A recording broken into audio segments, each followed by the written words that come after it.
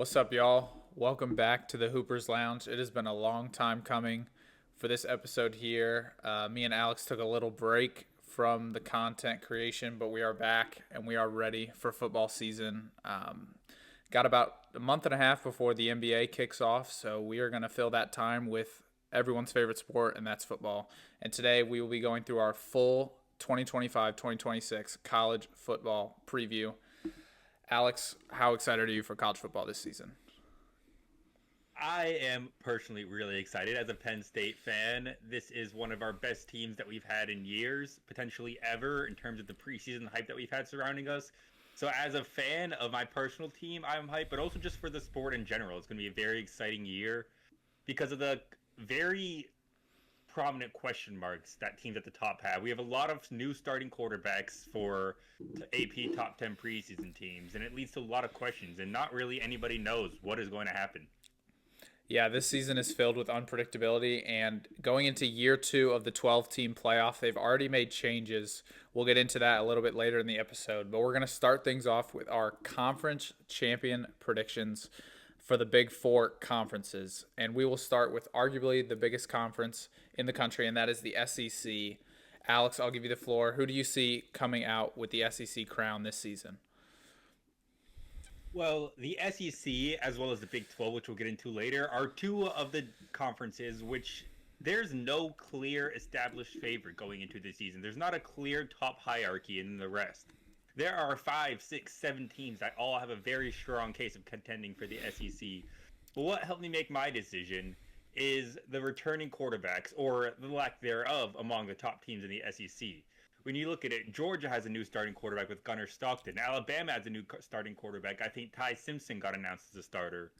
So looking at the top teams, I think it's only Texas with Arch Manning, who we've still barely seen, LSU with Garrett Nussmeier, and South Carolina with Lenora Sellers is the only teams with established quarterbacks returning to start. So I think that is going to be the big differentiator in the SEC this season, and that is why I pick LSU. Despite their week one struggles, and despite me picking them to lose against Clemson, I think will emerge as the SEC champions.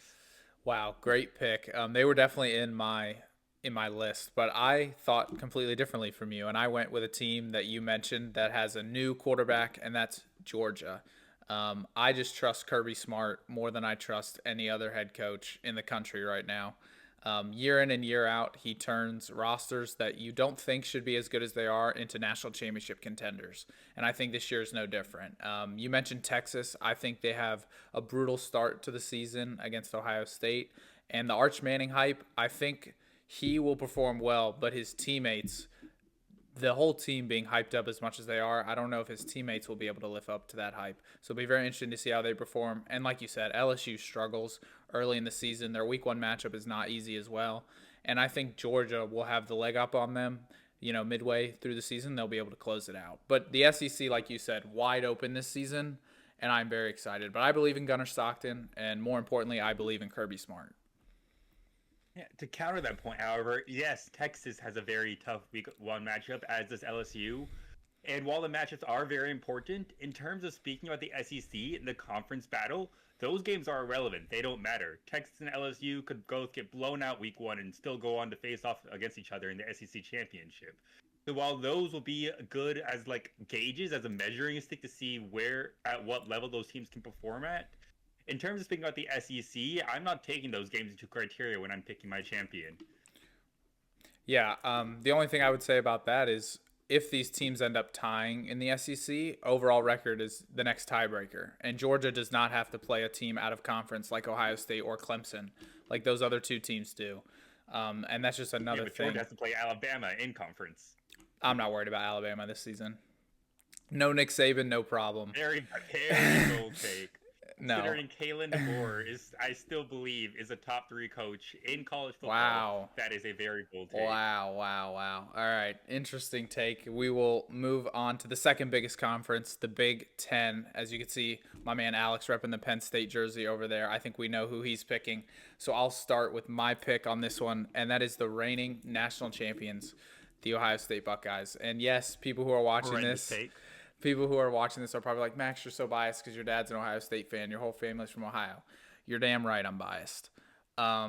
this team, quote unquote, lost a lot, and yet their two best players from last year are coming back, and that's Jeremiah Smith and Caleb Downs. The fact that those two players are coming back on each side of the ball, I think will stabilize them early throughout the season while they're figuring out everything else. And Ryan Day proved the haters wrong last year that he can win the big one. They are going to repeat as Big Ten champions.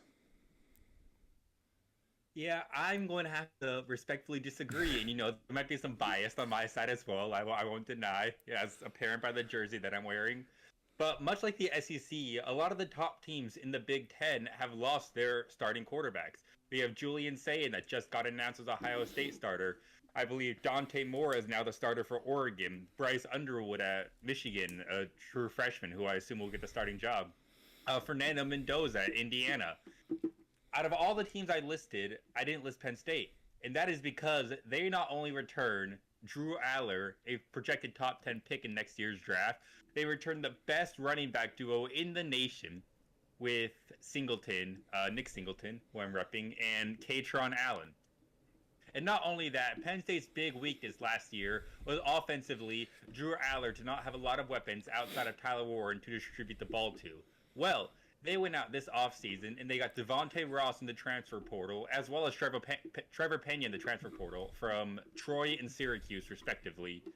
And those, I've never really seen them play on a football field. I never studied them. However, they are both 90 overalls in NCAA 26, so I have very high hopes because of that. And I don't know, just the weapons and the ability to retain key players that Penn State did, while the other top dogs in the conference lost a lot of key players. I think this is finally Penn State's year to break through, win a few of the big regular season games that they've been losing in recent years, and make some noise on a national level. And I think that Penn State will take home the Big Ten championship. Yeah, I mean, the AP poll will agree with you. Having Penn State as the highest ranked Big Ten team to start the season, they definitely believe in the returners that you have. And that chemistry goes a long way. But the question is, will James Franklin be able to lead the ship this season and get over that hump that Ryan Day got over last year? It'll be very interesting to see. They definitely have the roster to do it, but I just don't trust Franklin as I do these other Big Ten coaches right now, and he's going to have to prove You it don't this have to season. trust Franklin. You don't have to trust Franklin, but Andy Kotelnicki established himself as one of the best offensive coordinators in college football last year, rebuilding Drew Lar from a subpar sophomore season into a projected top 10 pick, and then poaching Jim Knowles from Ohio State as their defensive coordinator is so underrated. Arguably the biggest offseason move Penn State made in an offseason full of moves to get this team competing on a national level. Losing Abdul Carter, yes, that's going to hurt. But having Jim Knowles, as well as just retaining a lot of defensive talent, establishing stars to deny Dennis Sutton on the edge, I think Penn State is not going to take any knocks on defense. In fact, I think they're only going to get better from the top 10 defense that they were last year. Yeah, I agree with that. Jim Knowles is a great pickup, but you had to replace the guy who now goes to my alma mater, Clemson's new defensive coordinator, Mr. Allen. He is going to be amazing, and that is a perfect transition into my ACC champion pick. I think the most obvious of the four, at least when I was thinking of it, I think if Clemson takes care of their business this season, they will easily run through the ACC. Do you agree or disagree with that? Completely agree. I also think it's basically Clemson versus the field. I think Miami could provide a bit of a challenge. Again, another team with a new starting quarterback. Carson Beck didn't live up to expectations last year at Georgia when he was projected to be the number one overall pick in preseason. So it'll be interesting to see how he adjusts to a new dynamic, if he can recapture that version of himself that was supposed to be the number one overall pick. And if he does, I think Miami could establish himself as Clemson's biggest contender in the ACC. We saw them last year with Cam Ward, turning him into a Heisman winner, or a Heisman finalist, excuse me, and the number one overall pick in the draft. So if they can do anything of the same with Carson Beck, I think Miami will be Clemson's biggest threat. But I don't think that they have enough to knock off the Tigers in the ACC. I agree. I think Clemson's biggest enemy this season when it comes to ACC opponents is themselves. They have to just find ways to not beat themselves like they have in the last few seasons, and they'll be hoisting the ACC championship. And finally, for our last conference champion prediction, we will be picking the absolute tornado of a conference that is the Big 12. Alex, who are you picking to represent the Big 12? Now, I need to go on a little bit of a Big 12 spiel because last year the top three preseason teams were Utah, Kansas State, and Oklahoma State. Not a single one of them finished within the top eight of the conference. I think Kansas State had the best record among the three at 8-5 and 9-4. That and Oklahoma State actually finished winless in the conference. So you have just about as good of as picking a random team out of a hat and that team being the Big 12 champion than accurately predicting the Big 12 champion. Arizona State is a top-ranked team from the conference in the preseason poll, so conventional wisdom suggests that they would be the favorite. But Big 12 logic would suggest that you should pick any other team besides Arizona State because they don't have a chance of winning. So, while adjusting the Big 12 logic, I'm going to go with a take that might be hot or very well might not be hot. I'm going to go with Texas Tech. They've been very notable this offseason for being active in the transfer portal, active on the recruiting trail. They have well-known billionaire and Texas Tech alum Cody Campbell donating boatloads of money to their NIL budget. They've put it to very good use. They came in ranked in the preseason top 25 for, I think, the first time in their program's history. Texas Tech has never made a Big 12 game in their existence. And not only do I believe that they will make it for the first time this year, I believe that they will win it. Wow, that is a bold take. Texas Tech definitely a team that is slated to be in the middle of the Big 12 at the end of the season. So that's probably right where you should pick from based on your logic. I'm going to go with a team that you said underperformed last year, and that's a team that plays this upcoming Saturday in Dublin, Ireland, and that is the Kansas State Wildcats.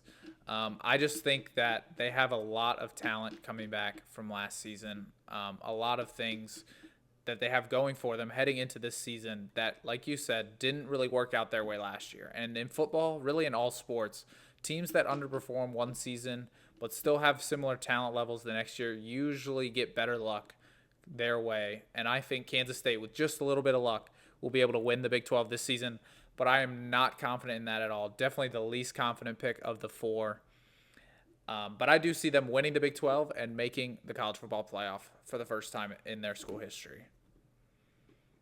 I don't exactly. I'm not no expert in the Big 12. I think it's a complete crapshoot in terms of who you pick to win. But Kansas State was a team I was looking at to win. I was a huge believer in Avery Johnson last year. While he wasn't exactly playing up to his expectations, which were very high expectations for the record, I still believe in him. I still think he's one of the more talented dual threat quarterbacks in the country. And if he can mature and take that leap this year and live up to those expectations, then I think Kansas State will emerge as one of the stronger teams in the always unpredictable Big 12. Yeah, no doubt, no doubt. And so now that we have predicted our college football conference champions, we're going to transition right into our playoff bracket. So I'm going to start at 1, and I'm just going to work my way all the way to 12 in my bracket, and then we'll see what Alex has. So at the 1 seed, I have my Big Ten champion, Ohio State. At 2, I have my ACC champion, Clemson. At 3, I have my SEC champion, Georgia. This is where things get a little interesting now that they've changed it from the top 4 seeds no longer have to be conference champions, as that was one of the criteria last season. And so at number 4, I have the Texas Longhorns getting a first-round bye as the first team to get a bye without winning their conference. I'm really high on Arch Manning this year. Steve Sarkisian's a great head coach, and if they can show out week 1, I think that'll give them a lot of confidence heading into the rest of the season. Then at 5, I have the team Alex is rocking, Penn State. I think they are going to be the second best team in the Big Ten behind Ohio State, like I mentioned earlier. A lot of great returning talent, and they will have a home playoff game for the second straight year. Those games are awesome. Playoff games at home, so electric to watch. At 6, I have LSU. A very similar reason to why I had Penn State so high is the returning talent and just everything they have going for them. They're going to be a hyped-up team this year, and they're going to be very good. 7, I have Notre Dame, a team we haven't really talked about a lot right now, but Marcus Freeman is the truth. Him leading Notre Dame to the national championship game last year was something I was not expecting, and it was a great season for Notre Dame last year. I think they're going to build on that this year, get back to the college football playoff, and maybe make another run at that thing. 8, I have my Big 12 champion, Kansas State, at 8. And then 9, 10, 11, and 12 are just teams that I think are going to sneak into the playoff based on strength of schedule. And that would be Oregon, Miami, Alabama. And then at 12, my group of 5 team, my sleeper of the season, the Tulane Green Wave. Tulane will make the college football playoff and be the 12th and final team. Well, quick quiz for you. Can you name one player on the Tulane football team? No. The quiz has been failed. Oh. Oh. You know, I respect the honesty, and while you're no expert on Tulane, I respect your belief in them as well.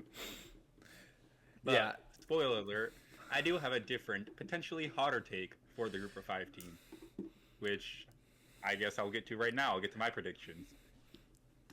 I don't see a world where the number 1 team isn't from the Big Ten or the SEC. And because I have LSU winning the SEC and not going undefeated, I have no choice but to put Penn State at the number 1 position. I think even if they lose one game, I think they'll still have a better resume than LSU will. So I think that'll get them in the number 1 spot. At 2, I'll throw in Clemson. Aside from LSU, I don't exactly predict them to lose a game. And even though I don't predict them losing against LSU, I think they're going to win. But even if they slip up once in the regular season, I still think a 12-1 ACC champion Clemson with a win over LSU will be good enough to get the number 2 spot. And I do not have a conference champion number 3. Instead, I have Texas, who might slip up during the SEC schedule, but I do predict them to win against Ohio State, and I think that win will carry a lot of momentum for them going into postseason conversations and rankings and whatnot. Number 4, I have Georgia, who, while they might not win the SEC, I do believe in Kirby Smart. I believe in Gunnar Stockton, and I don't think this Georgia team is going to be any worse than they were last year. Last year was the first down year in a while, and they still made the playoffs. 5, I have LSU.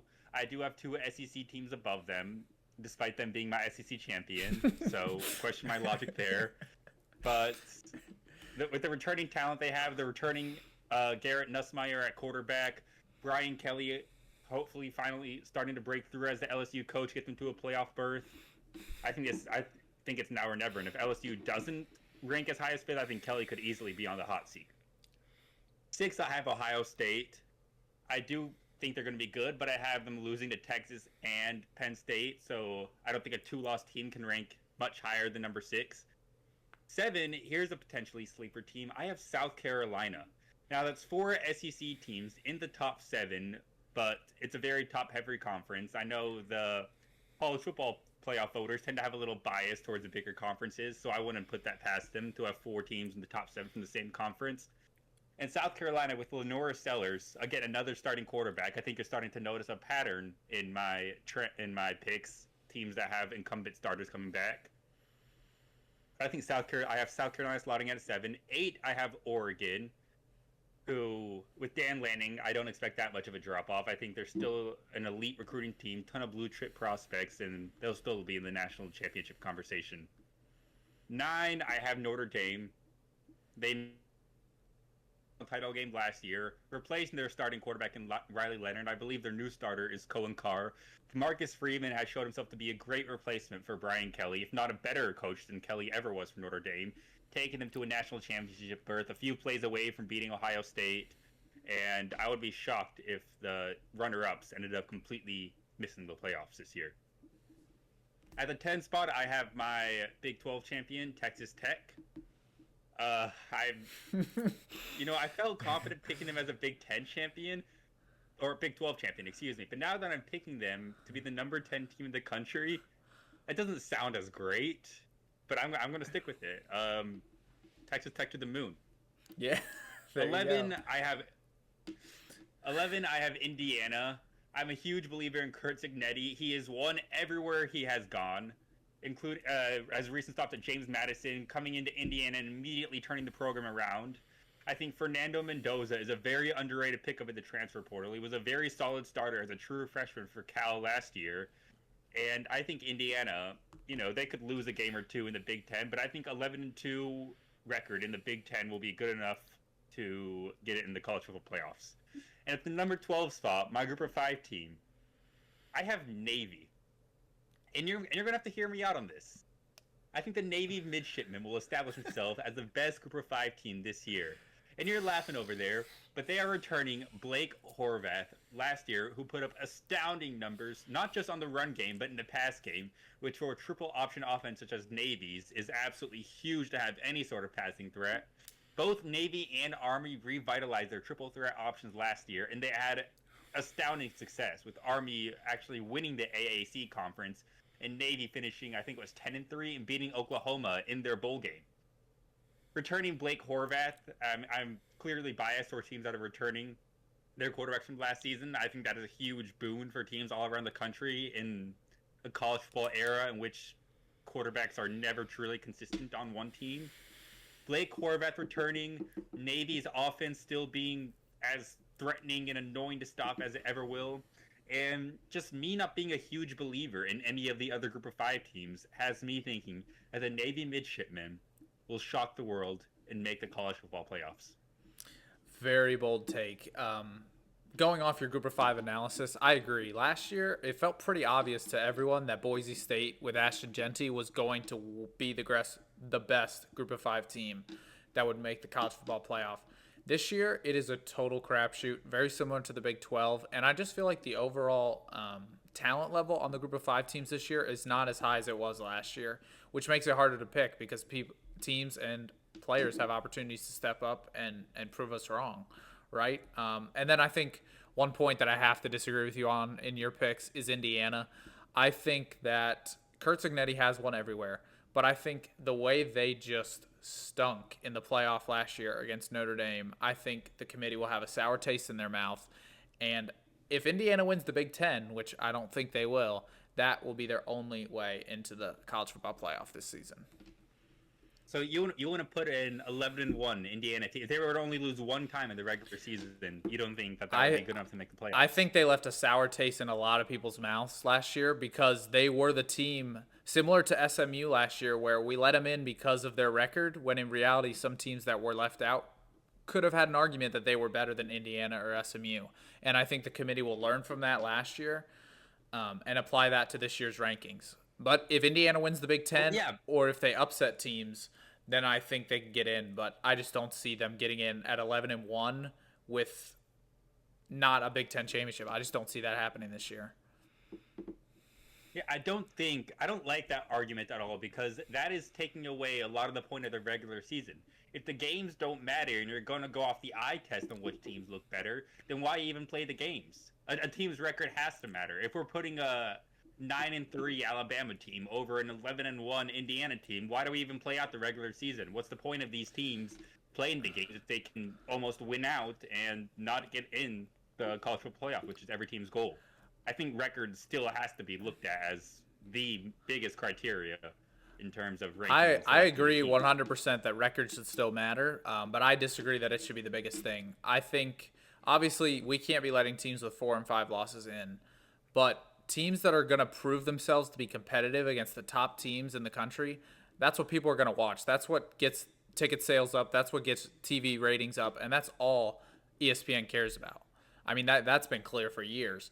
So a team like Indiana losing by 3 touchdowns in the first round of the playoff is not going to be exciting. Whereas a team like you mentioned, Alabama, could have gotten in and maybe lost by 7. And again, they could have easily lost by 3 touchdowns, and we'd be talking about Alabama the same way we are Indiana this year. But I think record doesn't show the true story of how good some of these teams really are. And I think Indiana and SMU were great examples of that last year. And that's just something that I think the committee will take into account this season. Yeah, but we can look at strength of schedule too. Like, judging, when you look at these 2 teams' resumes, Indiana and Alabama, you have an 11-1 Indiana whose only regular season loss was to the eventual national champions in Ohio State, versus a 9-3 Bama team who, they won against Georgia. They also lost against Vanderbilt and Oklahoma, 2 teams that finished 6-6. So, yes, they can compete against the best teams, but they can also lose against the worst teams. And I think that needs to be established as a punishment. You can beat the Georgias and the Oregons and Ohio States all you want, but You're not a playoff team if you're losing to the Vanderbilts and the Oklahomas in an Oklahoma down year. That is true. That is true. But the win Alabama had against Georgia is better than any win Indiana had last season. I mean, Indiana didn't beat anybody last year. Their only hard game was Ohio State, and they lost by multiple touchdowns. So the strength of schedule point for You Indiana can only doesn't really beat who's make on the any schedule, though. sense. Yeah, I know, but then you can't look at their strength of schedule and say it was good if they beat everyone, because the strength of schedule was still awful for Indiana last year. Well, if Indiana were to play Vanderbilt and Oklahoma, I think Indiana would have won. And I Alabama did not. Alabama, if they beat Vanderbilt and Oklahoma, Alabama would have been a playoff team. No questions about it. No hesitation. You just got to take care of business, like we've been saying all video. Indiana took care of their business. They lost the one game that they were supposed to and won the rest of the games they were supposed to. Alabama did not do that. They did not do what they were supposed to, and they missed out in the playoffs as a result. I agree, and I think last year the committee did make the right decision. I'm saying this year I don't want to watch a team that played really good in the regular season have an excuse to lose by 4 touchdowns in the first round of the playoff. That to me is not exciting football, and that's not what the playoff is about. The playoff is about getting the best 12 teams in, not the best 12 records. And I think that needs to be established starting this season. I do agree with that to an extent, but the argument that I'm going to make is I think the change that the committee made in terms of the top 4 teams just being, or the top teams getting by just being the top 4 teams instead of conference champions will be a big change in that. You look at the 2 teams last year in the national championship, Ohio State and Notre Dame, neither of them had byes. In fact, the 4 teams that had byes all lost in their first playoff game, clearly showing that they were not the top 4 teams in the country, clearly showing that the seedings were skewed throughout. You have Indiana playing the team that made the national championship in the first round game. There's not a lot of teams that would have been able to give Notre Dame an adequate challenge in that first round game. So I think Indiana, or whatever team gets that 11th and 12th spot, actually going against the 5th or 6th ranked team instead of the first or second best team, who unfortunately for them did not win their conference championship, will create a more balanced games, at least in the first and second rounds. That's a great point. And the committee has definitely taken steps, like we said, to improve upon that. And I think that is a really good argument. All right, transitioning into our national championship predictions. We just went through our whole playoff, and now we're going to pick a national champion right now. I'm going to pick my alma mater, the Clemson Tigers. Earlier, very similar to my Ohio State pick. This is a biased pick, but I think that it would be biased for me not to pick them just because I went to school there. Clemson has a very good roster this year, a roster that Dabo Swinney has even said himself that reminds him of former Clemson national championship teams. They have the quarterback, they have the weapons, and they have the defense. And most importantly, they have a very generous schedule, with their 2 hardest games this year being out-of-conference games against the SEC in LSU and South Carolina. I think, like I mentioned earlier, if Clemson takes care of business, they will win the ACC with no more than 1 loss on their schedule, which will almost guarantee them a top 4 seed and a bye. It's right there in front of them. They just have to take care of business, do what they can do, control what they can control, and they can compete with the best teams in the country. So I am picking Clemson to win the national championship. Okay, I actually have Clemson in my national championship game, if that's any consolation for you.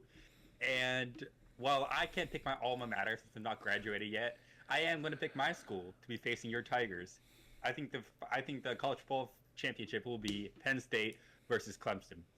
I already went a little bit into depth on Penn State's roster before, but having Aller return as a starter, the best running back duo in the nation returning, we have 3 preseason first-team All-Americans, which is tied, I think, for the most along with Texas. This is the most talented team that Penn State has had, arguably, in their entire storied existence. And that's not saying anything too small. That's a huge deal. Not only that, the coaching staff is among the best in the country, with Cuddle Nicky and Jim Knowles, as previously discussed. I think all the pieces are finally in place for Penn State to make the run. They have the least question marks out of any team in the country, in my opinion. And again, there might be some bias on my side talking. But and in terms of Penn State versus Clemson, I simply believe in Drew Aller more than I believe in Cade Klubnik. And because of that, I'm going to pick Penn State to win it all. It would not be a Hooper's Lounge episode without a little bit of bias coming out of your co-host right here. It's what we do. And that's okay. It's important to believe in your teams. It's important to have faith leading into the season, or else you wouldn't be able to call yourself a fan. That's just what sports fans do. They believe in their We are teams. winning it all. Clemson Penn State would be awesome for this podcast, by the way, to end up being the national championship game. That would be Oh, that would. unreal. That would be unreal for this podcast. The shit talking that would be going on the Oh, 2 weeks prior would yeah. be historic. It would be amazing. I mean, And we might have to live stream considering my dad reactions. Like, it would be too, insane. Yeah, it would be great. It would be my great. dad is. There would be connections all around in Yeah, that game. that would be great. All right, to wrap up our season-long predictions, we're going to talk about the most prestigious award in college football, and that is the Heisman Trophy. The Heisman Trophy is one of the coolest presentations, one of the coolest ceremonies in sports, presented to arguably the best college football individual of the season. Alex, who do you have walking away with the prestigious trophy this season? Well, predicting anybody but a quarterback to win the award is, first of all, setting yourself up for failure. Yes, Travis Hunter won it last year, but that is as a generational talent, as a two-way player who impacted the game more than anybody else did. So that is a rare exception to the otherwise quarterback rule. And while there still are some very talented field players, such as Jeremiah Smith is the name that comes to mind right off the bat, I do think if Ohio State has massive success, that it'll be Julian Sayin, the new starter, that gets a lot more recognition than Jeremiah Smith does. Unless Jeremiah Smith has an absolutely monster 2,000-yard, 20-touchdown receiving year, I don't think he's going to be in conversation. I think it's going to be a quarterback award once again. And I think that Garrett Nussmeier will take home the Heisman. And that's a bit of a bold take. So I'm very high on LSU this year, as you can tell. I have them winning the SEC. And I think if that is the case, if they can win what is known as the toughest conference in college football, I think that'll immediately make Garrett Nussmeier a finalist for the award. There are some very other strong candidates for the award, especially in the SEC, such as Arch Manning, who's the preseason favorite, I believe, to win the award. But I don't want to pick a player who I've only seen play 2 games, who I've only seen start 2 games to win the Heisman. That doesn't feel right to me. It feels like a pick out of left field. So I'm going to go with Nussmeier, a proven, established veteran quarterback for LSU, who had a lot of success last year, is returning in Brian Kelly's system, and this is LSU's make or break year. I think Nussmeier is going to make it. He's going to establish himself as a top 5 pick in the NFL draft with his season, and I think he's going to take home the hardware. I love that pick. Garrett Nussmeier was definitely in my head when I was thinking about who I was going to take, and I see him being a finalist for the award at season's end. I am picking a guy you mentioned, and it is Jeremiah Smith. I may be setting myself up for failure, and I acknowledge that. However, I think the quarterbacks are gonna beat each other up, competing with each other, while Jeremiah Smith just has to do what he did last year, if not a little bit better. I think the team Ohio State had last year was a lot better than the team they have this year, which means that if Jeremiah Smith produces the same way this year, a lot more of the credit will go to him. Because last year they had Mbuka and they had Will Howard and they had both the running backs, Henderson and Judkins. This year, it's all turnover. It's all new offensive weapons except for Jeremiah Smith. And I think that if he repeats, the committee will acknowledge that, and voters will acknowledge that as well. A wide receiver to win the Heisman is rare, but it is not impossible, as we just saw Travis Hunter do it, and Devontae Smith won it, just 4 or 5 years ago out of Alabama. I am predicting Garrett Nussmeier to be a finalist, though. I think he will have a great season, but I am ultimately picking Jeremiah Smith, and it is a pick out of left field because wide receivers aren't supposed to win the Heisman. But if it is truly the best player in college football award, I believe that will be Jeremiah Smith this season. If we're talking about the best player in college football, then I agree with you 100%. I do think Jeremiah Smith is the best player in college football. But that also comes to the caveat. Like you said, Ohio State is experiencing a lot of roster turnover this year. So every defensive scheme, every defensive game plan is going to be focused on stopping Jeremiah Smith. Let Ohio State's unproven weapons beat you, but do not let Jeremiah Smith be the reason that Ohio State beats you. I think that's what a lot of game plans for teams facing Ohio State is going to be. So I think there's going to be some games out of the year where Jeremiah Smith is not the biggest impact for Ohio State. And for a receiver to win the Heisman, like we saw with Devontae Smith, like we saw with Travis Hunter, they need to be making an impact, some sort of tangible impact on every single game throughout the year. And with Jeremiah Smith being the only established weapon on Ohio State, that felt too risky for me to give my prediction to him. Yeah, But if we're talking about the best player in college football, I agree with you. That is, without a doubt, 100% Jeremiah Smith. it is definitely a risky pick, and I acknowledge that. But I think, just like you think defenses will be scheming to guard him, don't you think Ohio State will be scheming to get him open in the same way? They know that double teams are coming. They know that people are going to rough up Jeremiah Smith before and after the whistle, just to try and get in his head, just to try and frustrate him. Like, that's what teams do against the greats. And I think Ohio State is smart enough to know what is coming their way this year. And I think they'll be ready for it. So that's why that's my pick. And those are our season-long predictions for the college football season. We are now going to get into our week 0/week 1 picks. We have one week 0 pick in here because it's a top 25 matchup. But these are just our picks for the individual games. And we're going to start with the game this Saturday between Kansas State and Iowa State in Dublin. Alex, who do you have walking away with the win? Well, Farmageddon is always a very fun rivalry throughout the year, and with this year taking place week 0 in Ireland, should only raise, and with both teams being ranked in the top 25, that should only raise the stakes of an already fun rivalry matchup. I've already mentioned how I'm high on Avery Johnson earlier, and to be 100% frank, I cannot name a single player on Iowa State. I think Rocco Beck has graduated, which would have been the one guy I can name. So because of that, I'm going to take Kansas State to win this game. Yeah, I mean, I picked Kansas State to win the Big 12, so it feels pretty, self-explanatory to pick them to win this game. I do think they're better than Iowa State, and they're going to walk away with the win. I'm pretty high on them this year, similar to how you are, and it would be kind of, counterintuitive to pick against them week 1 and have them win the conference. And so moving on to the next, especially against a conference opponent. Yeah. Oh, yeah. I mean, that would just not make any sense whatsoever. All right. Next game up will be noon, week 1. The most anticipated game, maybe of the season. And that is Arch Manning going up against the reigning national champions. Alex, who do you have in that game and why? Well, as a Penn State fan, I personally think Penn State versus Ohio State is the most exciting game of the season, but to each their own.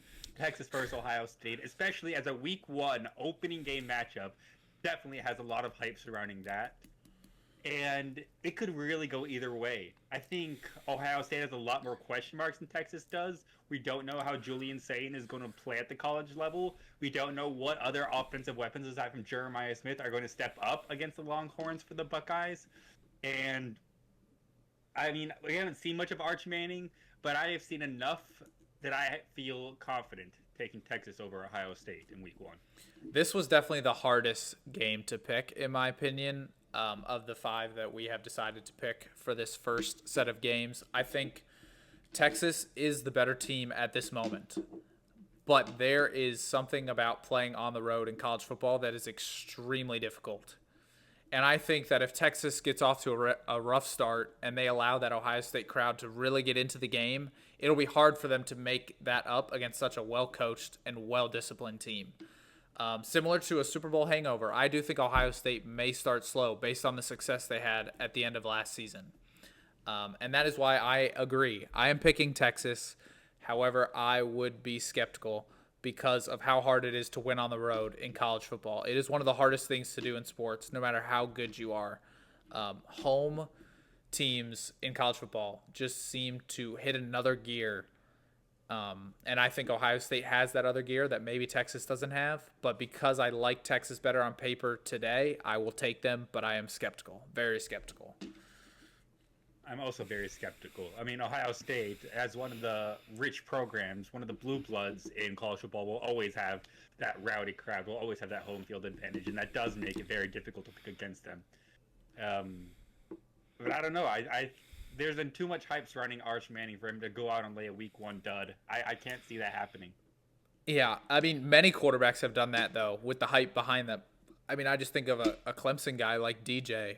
He had all the hype surrounding him leading into him a couple seasons, and he laid egg after egg after egg. I'm not saying Arch Manning Okay. is DJ. I'm not saying that. But I'm just saying quarterbacks that have been hyped up as much as Arch Manning have laid week one eggs in the past. And DJ is just one of those examples. Yeah, I was gonna say the difference is that Arch Manning is actually good. Well, Pretty you notable think difference he's between the good two. because remember when DJ his freshman year he played 2 games just like Arch and he balled out. Let's not forget about that. And then everyone was hyped out about him, That is a and good then he point. stunk. So I'm just saying we've seen this story before. If Arch Manning doesn't pan out, I think Arch Manning will pan out. He's going to be great. All that stuff that we've already mentioned. But I'm just saying another reason to be skeptical. Perfect segue into the Clemson game, which will be taking place that night. Thank goodness these 2 games are not taking place at the same time. That would really suck. And that is Hmm. LSU versus Clemson. And I'll start us off real easy. I'm picking my alma mater, my national champion pick, Clemson, to take care of business at home after those dumbass Brian Kelly remarks about Death Valley Jr. That'll get the boys fired up. And I think this will be a lower scoring game. I think defense will dominate this game. But I do see Cade Klubnik and the Clemson Tigers taking home the week one W. We are 3 for 3 in terms of picking the same teams to win the game because, as previously mentioned, I also have Clemson winning. And while I'm very high on LSU this year, I do have them winning the SEC. I do think Clemson is, on paper, the better team. I think Cade Klubnik is going to show out. I think Clemson's defense is elite. Peter Woods is a name to remember. He is going to be an absolute stud this year. And LSU has very established struggles in week ones of games. I don't think they've won a week one game in Brian Kelly's tenure as head coach out of LSU. And against a very, very good Clemson team who I have going to the national championship, I don't think that's likely to continue. Or I think that is likely to continue. I don't think LSU will win. Yeah, similar to what I said about Texas. It's so hard to win on the road. The only difference in this game is that it's at 8 p.m. and not noon, like the Texas game. The I will Mm-hmm. be there in attendance for the LSU Clemson game. I am super excited. That place is going to be rocking. We are going to be loud and proud for the team in orange. It's going to be a great atmosphere. I can't wait. And now we're going to pick the 2 games on the Sunday after the Clemson LSU game. First game up will be Virginia Tech versus South Carolina. And South Carolina is a team we didn't really talk about a whole lot, but I do have high expectations for them this year after having a very strong end to the year last year. Alex, who do you think wins this week one matchup? Well, I touched on South Carolina a bit because I do have them as one of my 12 playoff teams. I do think the returning duo of Lenore Sellers on offense and Dylan Stewart on defense will be one of the best offense defense tandems in the nation. I think both are going to be top five players in their respective positions. It would seem very counterintuitive for me to say South Carolina is making the playoffs and yet pick Virginia Tech to win. I cannot name a single player on Virginia Tech's team. So, because of all of the above, I am going to go with the Gamecocks taking this week one matchup. And can I say it? I think this was going to be a blowout. I don't think it's going to be close. I think South Carolina is that good.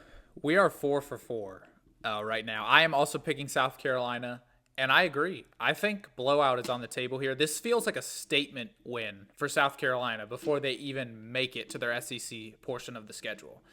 They have a good team in Virginia Tech who is always a tough out. They always, make bowl games, win 8 to 9 games a year. But this to me seems like an opportunity for South Carolina to prove that they are legit this season, to prove that they can destroy teams they're supposed to beat. And I think this is a perfect opportunity to do that. And I think South Carolina wins probably by 2 touchdowns at least. Yeah, I don't disagree with anything you said. I do think it's a statement game from South Carolina. Go out there, show that you are a contender. I mean, they were ranked in the top 15 last year. I think they finished the season at what, 13, 14? So they Mm-hmm. were right on the verge of the playoffs. And if it wasn't for a couple of early season slip ups, if it wasn't for choking that close game away against Alabama, if they could have won that, it could easily be talking about South Carolina making a return to the playoffs this season. So I think it is a statement game. I completely agree. It's time for South Carolina to go out, show out that they are a contender in the SEC, a top 12 team in the country, and ready to make some noise on a national level this year. Completely agree. And our final pick of the episode. In my opinion, I think the most underrated week 1 game, and that is Notre Dame versus Miami on Sunday night. Alex, who do you have taking home the W? With all the talk around Texas, Ohio State, and Clemson LSU, I have not heard much about this game, which is shocking that a top 10 week 1 matchup is getting this little coverage. It speaks to the slate of how many good week 1 games there are and why all college football fans are so excited for this season to get kicked off. But now that we're out of that tangent, this was a very hard game for me to predict because I've been talking about question marks all video. Both of these teams have massive question marks. Miami has underachieved year after year under Mario Cristobal. They're finally waiting to have that year where they put it all together and compete for a college football spot. They thought they had it last year with Cam Ward, but their defense was horrendous, and horrendous is a massive understatement. So we're going to see this year with Carson Beck under center whether the defense made the necessary improvements for them to compete in the ACC and for a playoff spot. Notre Dame, coming off a national championship loss, another team with a question mark at the quarterback position with Riley Leonard departing. But I think Marcus Freeman has built a very, very strong culture there. I think the players love playing for Notre Dame. I think Jeremiah Love is going to establish himself as one of the best backs in the nation this year. It's tough to choose between the two teams because I don't know a lot about either team. I don't know how they're going to look week 1 with new quarterbacks under center. I'm going to go Miami off a gut feeling. I think Miami is going to be a very good team this year. I don't think they're going to make the playoffs, but I think that they are going to beat Notre Dame in a week 1 statement. Interesting pick. This is the first one where we disagree. And I have one reason for that. I think the coaching gap in this game is significant. Marcus Freeman, in my eyes, is a tier 1 head coach when it comes to college football. And Mario Cristobal has underperformed year in and year out. I don't trust Cristobal at all. And I certainly don't trust him when he's going up against a tier 1 coach like Marcus Freeman. Notre Dame, coming off the national championship loss, should be hungry, should be ready to kick off this season. I do think this game will be close because of the uncertainties of both rosters. I don't think this will be a blowout by any stretch, but I give the slight edge to Notre Dame with that chip on their shoulder coming off the loss to Ohio State and just the major coaching gap I see in my eyes. They'll sneak out a W on the road in week 1. You gave the edge to Notre Dame because of the coaching. I gave the edge to Miami because of the quarterback. I don't think Carson Beck is an elite quarterback, but I think he is sufficient enough to lead Miami to a good year.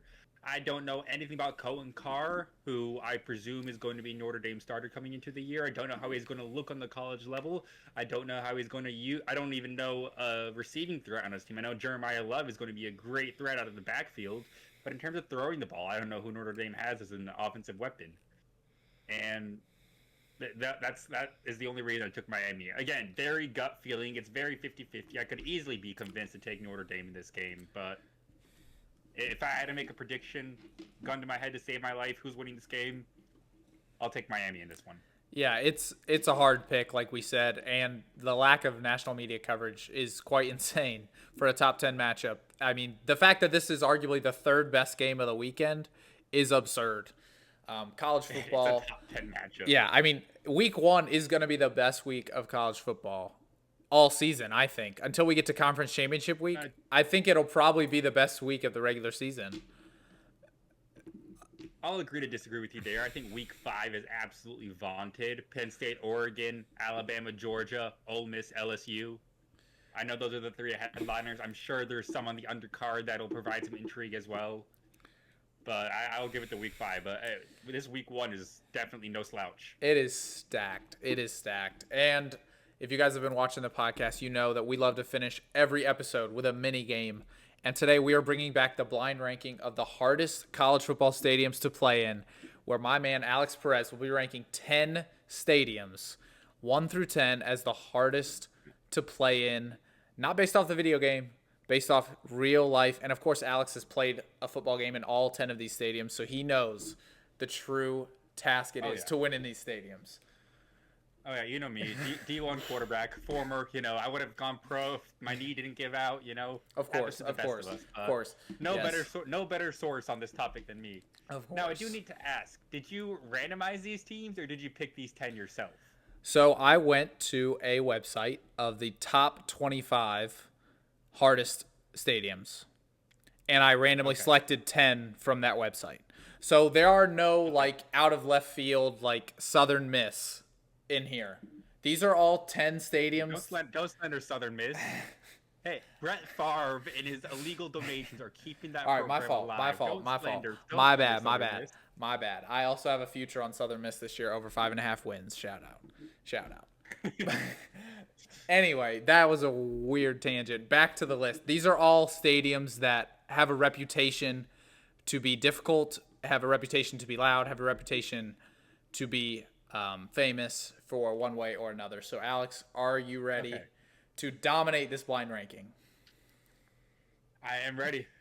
All Let's get right. into it. First stadium up, we have the Swamp that belongs to the Florida Gators. The swamp. See, if I was ranking this in 2010, well, first of all, I would have been 7 years old and not know what the swamp was. But second off, I would have the swamp a lot higher than I do in today. Florida has not been as historically relevant as they have been in the late 2000s, early 2010s, and we've seen the swamp take a bit of a hit as a result in terms of its reputation. It does have a lot. It does have historical precedent as a difficult place to play, but present, it is not the hardest place to play. So I'm going to put it at a safe 6. 6. Okay. Looking at the rest of this list, I think that's a great ranking for the Swamp based on, like you said, its historical value. Going to number 2, we have Sanford Stadium, which belongs to the Georgia Bulldogs.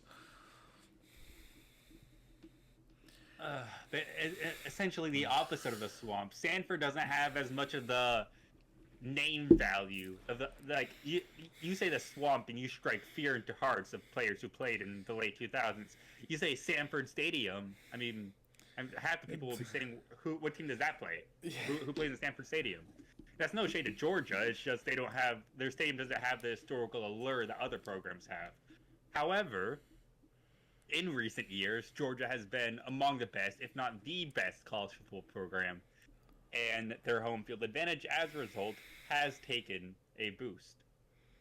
I'm going to put them at 7, and it's because Georgia plays a few home games at Mercedes-Benz Stadium every year, and not Stanford Stadium, and I think that takes away a bit of the stadium's allure to it.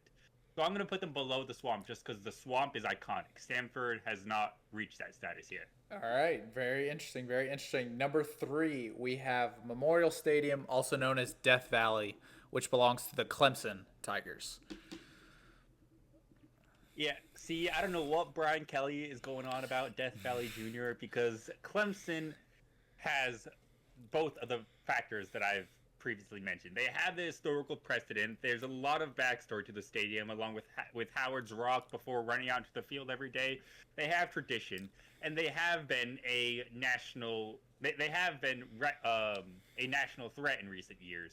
Um, I'm gonna throw Death Valley at 3. I think we're gonna get 2 better than Death Valley, but it's definitely no small feat to play there. Yeah, I agree. I love Clemson in the top 3. I love that from a non-Clemson fan. That's a great acknowledgement from you. And we are the real Death Valley. We will show Brian Kelly that week 1. Moving on to number 4, we have the most out there one, I think, of the list, and that is Lane Stadium, which belongs to Virginia Tech, and the infamous Enter Sandman entrance. Yeah, see, this is a tough one to rank because Enter Sandman might be the most iconic entrance in college football. And it sucks that a team with that good an entrance doesn't have as much historical success. But and Oh, I'm interested to see where this he this goes is a with tough this. one because Enter Sandman is recognizable by every college football fan. You play Enter Sandman, they say, "Oh, that's Virginia Tech." I would have them at 5. I would have them at 5. I don't feel good about ranking them over the Swamp I wish I left the space in between the Swamp and Sanford, but I didn't. So I'm going to have to rank them over the Swamp. All right, it's getting And I'm going to put interesting. I'm not a fan of this already. It's getting interesting. All right, so now our fifth of the 10. After this, Alex will be halfway through his rankings. We have Neyland Stadium, which belongs to the Tennessee Volunteers. Yeah, Neyland, I'm going to slot this in at 9. I don't have much justification for it. I just don't think Neyland has as much name allure as a Swamp. It doesn't have it's not as tradition rich as Enter Sandman. It doesn't have the historical success that Death Valley does. Out of all the stadiums you've listed, I think Neyland is the easiest one to play at, per se. If we're taking away the skill level of the teams. Yeah, Tennessee fans will hate to hear you say that because they get rowdy at night. For sure. Back in the Hendon Hooker days, they did get rowdy. That was a hard place to play. But I agree. I think the longevity of some of the other stadiums we've mentioned just doesn't match up with Tennessee's. So I do agree with the low ranking there. Next, shout out Rocky Top. This is just a difficult ranking. yeah, it is difficult. It's Rocky hard. Top, I think the ones with 10 are significantly harder than the ones with just 5. You have to think so much harder, I think, with ranking these. Kind of regretting putting Virginia Tech that high now, but they're already locked in. Nothing All to do right. about that now. So moving into the second half of the ranking, at 6 we have Kyle Field, which belongs to Texas A&M. Now, if this was the NCAA 25, Kyle Field would be a top 3 place. But in terms of the stadium allure, I'm going to say about the same thing that I did with Tennessee. Not as not as dominant as Georgia, not as tradition rich as Virginia Tech, not as rich in program history as Clemson. I would put Kyle at 8. Okay. Another heartbreaking choice. I mean, these are all great stadiums. Like I said, I picked this from a list of the top 25, so this is hard. I mean, this is not easy. Yeah. It'd be easier if he gave you a team like Kent State, Wazoo. There is no Kent State I just don't want to... in the last 4. I'll tell you that. I will tell you that. Unfortunately, it doesn't seem right to put any of these teams in last place. All right. I have a feeling where this one is going. At number 7, we have Beaver Stadium, which belongs to your school. Put him at 1. Penn State. Put him at 1. Put him at 1. Do you care to elaborate? I'm saving 1 just for that. Whiteout. Done. Okay. All right. Hey, that's valid. The only thing that would make a whiteout better, and hear me out, is if Penn State wore white. Why do they not wear white on the field? Okay. I agree with that. I second that one. That's the one thing that they could do. It would be the whitest of whiteouts. You couldn't have more white in that stadium if they wore the white jerseys that week. It's something they could look into. That would definitely make it better. But as someone that has been to a whiteout, you're going to have to show me an environment that is better than that, because I have yet to see one. The whiteout, words do not do it justice. And even if it's against, I remember my sophomore year is against Minnesota, and Minnesota isn't some national powerhouse, but the environment there was still epic. My freshman year is against a ranked Auburn team. Come on, man. When it's a big game, it is not like no other. And with this year, the whiteout being against Oregon, I cannot wait for that game. Yeah, that's going to be awesome. And the whiteout is a bucket list item for college football fans who don't even like Penn State, who might not even like the Big Ten. But if you would ask them if they would want to go to a whiteout to experience it for themselves, every single college football fan would say absolutely 100% yes. I'm lucky enough to have done so. It is everything you can imagine. Yeah, and the game versus Oregon this year, that's going to be awesome. And tell James Franklin to get the white jerseys ready for that week. Tell him. None of this. Yeah, I'll let him know. Hey, I'll shoot him a text real quick. Yeah, I'll let him know. Let him know. All right, we have 3 spots remaining, and just to freshen you up on what you have left, you have 10, you have 2, and you have 4 remaining. Just to give you a heads up. And at number 8, we have the real Death Valley Junior, Tiger Stadium, that belongs to LSU. Now, they are Death Valley Junior, but LSU, that doesn't make LSU an easy place to play by any stretch of imagination. I'm going to slot them in at 4, below Clemson because they are Death Valley Junior, but they are, I know, in NCAA 26, the number one hardest place to play, so that has to be some kind of factor. LSU has the historical success. They have the tradition-rich program. They have everything that you need for a difficult home field advantage.